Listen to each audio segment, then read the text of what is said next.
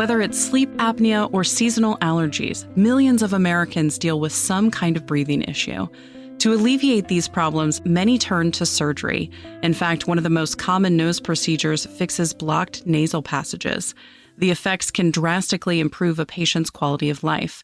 But in some rare cases, people are left feeling like they're constantly suffocating. The condition called empty nose syndrome affects a very small number of patients, but is a disorder that's been the cause of suicides and even murder. This guy ended up getting empty nose syndrome. He kept going back to the surgeon, and the surgeon told him there was nothing wrong with his nose, which is a very common thing. And he eventually murdered the guy, and then they actually ended up executing him later on because he had murdered his doctor. So it was a very sad story. You have this minor procedure. You then come away basically crippled from it, and you go back to doctors looking for help, and they basically tell you there's nothing wrong. And so if you look at a lot of the ENS online forums, there's a lot of really angry and desperate people. That's James R. Skinner. He suffered from terrible sleep apnea and nasal congestion for years before deciding to go under the knife. Skinner lives in a rural town in Nova Scotia, Canada, and had to travel to the U.S. for 2 procedures. After I had those surgeries, he said, I've taken the nose as far as I possibly can, and that I shouldn't have any more nasal surgeries. He actually at that time mentioned the risk of empty nose syndrome. And though he says the procedures helped a little, Skinner continued to battle his sleep apnea over the next 2 years. When it became unbearable, he sought out a doctor near his home. I was actually quite desperate to get the sleep apnea under control, and we were exploring possibilities of surgeries for that. Anyway, he felt at that point that I was still having enough troubles with my nose that I should have another procedure on my nose. I explained to him at the time that I had been told in the US that it would be unsafe to do so, but he felt that it was safe and went forward with it. And unfortunately, that's the procedure that ended up giving me empty nose syndrome.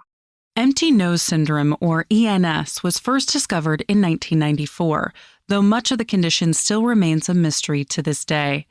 Dr. Brent Sr. has researched ENS for several years. He's the chief of rhinology, allergy, and endoscopic skull-base surgery at the University of North Carolina at Chapel Hill. Sr. says doctors aren't completely certain what causes the disorder. There are theoretically people that can have empty nose that have not had surgery, but probably 99% of the patients who do develop this very unusual condition have had surgery of some sort on their nose and sinuses. ENS symptoms can range in severity, but many who suffer with the syndrome report a chronic feeling of suffocation. Even though the nasal passage is completely clear, patients feel like they aren't able to breathe in any air through their nose. It's a feeling of a lack of sufficient nasal resistance in the nose. And the second symptom is a feeling of lack of sensation of airflow. So, for example, the lack of sufficient nasal resistance produces a difficulty in getting a deep breath. So I feel short of breath constantly, basically. And so that produces a significant amount of fatigue. On the feeling of suffocation, this lack of airflow sensation the brain seems to really want to know when you're breathing, which makes sense. And it seems to trigger a overactivation of the brain, sort of a fight or flight kind of sensation. And you always feel like you're not getting air. In order to find some type of relief, Skinner will put cotton balls in his nose as a way to increase the air resistance. He's lived with his condition for more than a decade, and doctors still don't know what part of the surgery caused ENS. The surgery can go 100% according to textbook accuracy. I mean, it's exactly the way someone may want to do the surgery. But what happens is that in some cases, if the nose is opened too much, so the septum is made straight and the turbinates on the sidewall of the nose are reduced too much, then that leads to a very large amount of airflow. It's almost analogous when you think about sucking through a straw. You can sense that movement of fluid or movement of air through that straw. But if you made that straw the size of a pipe and you did that same maneuver where you suck on the pipe, you wouldn't appreciate the movement that's occurring. And we think there may be something to that relationship of just the size and the sensation of the airflow going through that causes people to have this condition. The nose is an extremely complex organ, and turbinates are just one of the functioning structures inside it. They regulate airflow and warm the air you breathe in. But Senior says if the turbinates are reduced too much, it can cause ENS on rare occasions. It is that paradoxical sensation where you have a very widely opened nasal cavity. I can look into it with a light or with an endoscope, and I can see things are very wide open, heading all the way back to the throat. And yet the patient feels that their nose is completely blocked. So despite the fact that physically it's open, they have very little sensation of airflow, allowing them to have a sense that their nose is actually open. Senior thinks developing the condition may depend more on the patient instead of the actual surgery. You could have the exact same physical result. We could do measurements. We can do something called acoustic rhinometry, which is almost analogous to like sonar in your nose. It creates this vision of the airflow going through the nose and showing us where blockages are. It can look exactly the same, and yet one person will feel totally blocked and the other person will feel completely great. Unfortunately, Skinner was one that ended up being affected for life. Though it took a few months for the ENS symptoms to show up, he knew something was wrong right away. And when he returned to the doctor to try to solve his new problem, Skinner says the surgeon was reluctant to believe him.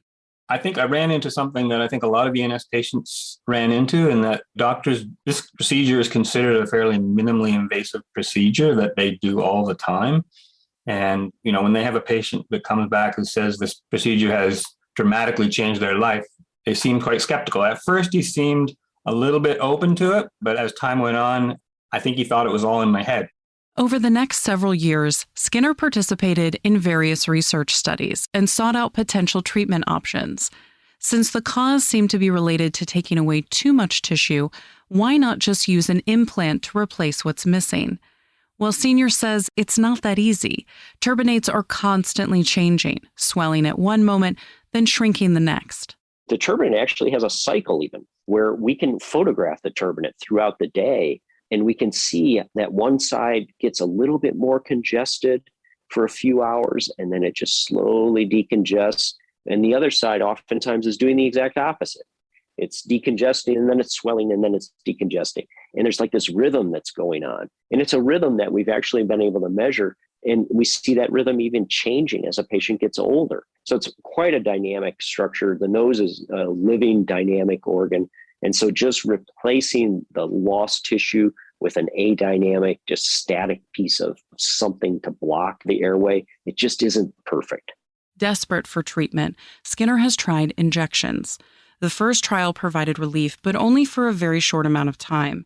While scientists are still searching for a permanent treatment option, Senior has also been looking at potential indicators that can make patients more susceptible to ENS.